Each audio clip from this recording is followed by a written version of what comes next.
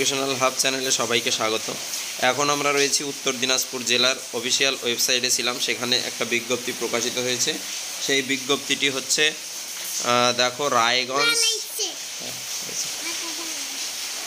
রায়গঞ্জ পৌরসভা থেকে কি হচ্ছে বলেছে। দেখো এখানে রায়গঞ্জ পৌরসভার অধীনে করোনেশন উচ্চ বিদ্যালয়ের সংখ্যালঘু ছাত্রনিবাসের বিভিন্ন পদে স্বনির্ভর দল নির্বাচন সংক্রান্ত বিজ্ঞপ্তি। অর্থাৎ এই সংখ্যালঘু ছাত্রনিবাসে যে স্বনির্ভর দল নির্বাচন করা হবে তার জন্য বিজ্ঞপ্তি দেওয়া হয়েছে। এখানে দেখো বিভিন্ন যোগ্যতায় লোক নিয়োগ করা হবে। কারা করতে পারবে এখানে?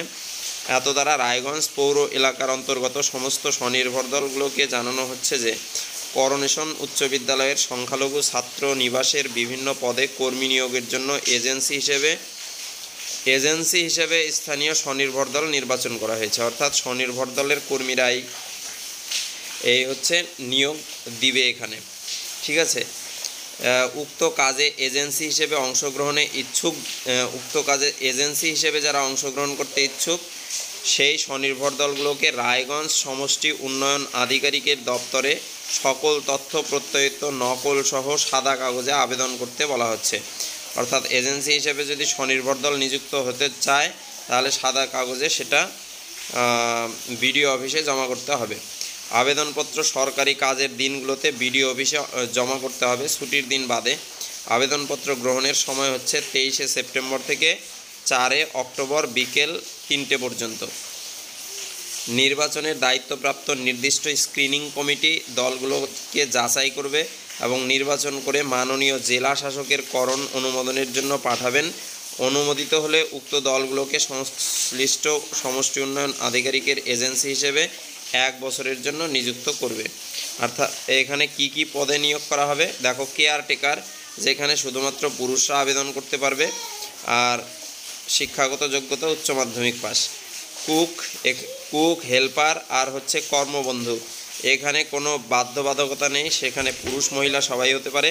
কিন্তু তারপর হচ্ছে নাইট গার্ড, এখানে শুধুমাত্র পুরুষরাই আবেদন করতে পারবে, এখানে শিক্ষাগত যোগ্যতার কোনো বাধ্যবাধকতা নেই। তারপর দেখো যোগ্যতা নির্ণায়ক বিষয়, কি বিষয়ের যোগ্যতা নির্বাচন হবে। আবেদনকারী দলগুলোকে অবশ্যই রায়গঞ্জ পৌর এলাকার অন্তর্গত সক্রিয় দল হতে হবে এবং পূর্ণ মূল্যায়নে উত্তীর্ণ হতে হবে। কোনো দলের সামগ্রিক গুণাগুণ, গ্রেডিং, সুনাম এবং ইন্টারভিউয়ের ভিত্তিতে দল নির্বাচন করা হবে। এই মর্মে স্বঘোষণাপত্র দিতে হবে যে নির্বাচিত দলে সংশ্লিষ্ট দলকে অন্য কোনো সরকারি কাজের সাথে যুক্ত হওয়া যাবে না। অন্যান্য শর্তের মধ্যে রয়েছে কি?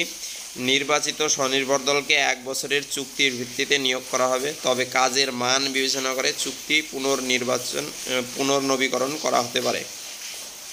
নির্বাচিত দলে উপযুক্ত সদস্য না থাকলে সেই দল নিজ দায়িত্বে বাইরের কাউকে নিয়োগপত্র দিতে পারে।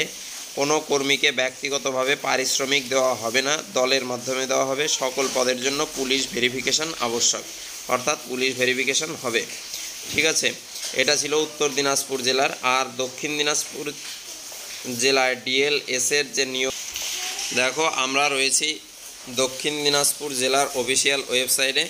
এখানে দেখো এখানে কি বলেছে, দেখো 2 নম্বর office of district legal service authority Dakshin Dinajpur Balurghat. অর্থাৎ দক্ষিণ দিনাজপুর জেলার ডিএলএসএ রিক্রুটমেন্টের বিজ্ঞপ্তি। এখানে কি তোমরা যারা এই পরীক্ষায় অংশগ্রহণ করছো তারা কিন্তু এই লিঙ্কগুলোতে ক্লিক করে তোমরা অ্যাডমিট কার্ড পেয়ে যাবে। পিয়ন পদের জন্য পিয়ন পদের জন্য যারা করেছো 4 নম্বরে ক্লিক করলে তোমরা রিডিরেক্ট হয়ে ইমেলের মাধ্যমে পেয়ে যাবে। তারপর ডিএলএসএ যারা রয়েছো clerk cum typist, data entry operator, তারা এখানে ক্লিক করলে তোমরা তোমাদের অ্যাডমিট কার্ডগুলো পেয়ে যাবে, ঠিক আছে। সব অ্যাডমিট কার্ড একসাথে পরপর সাজানো আছে। তোমার যেটা অ্যাডমিট কার্ড সেটা স্ক্রিনশট করে নিয়ে তোমরা কিন্তু বের করে নিতে পারবে কম্পিউটারের দোকান থেকে, ঠিক আছে। আর এর ডাইরেক্ট লিঙ্ক আমার ডেসক্রিপশন বক্সে দেওয়া থাকবে, সেখান থেকে তোমরা সম্পূর্ণ তথ্য পেয়ে যাবে, ঠিক আছে। সেখানে ক্লিক করে তোমরা তথ্য পেয়ে যাবে।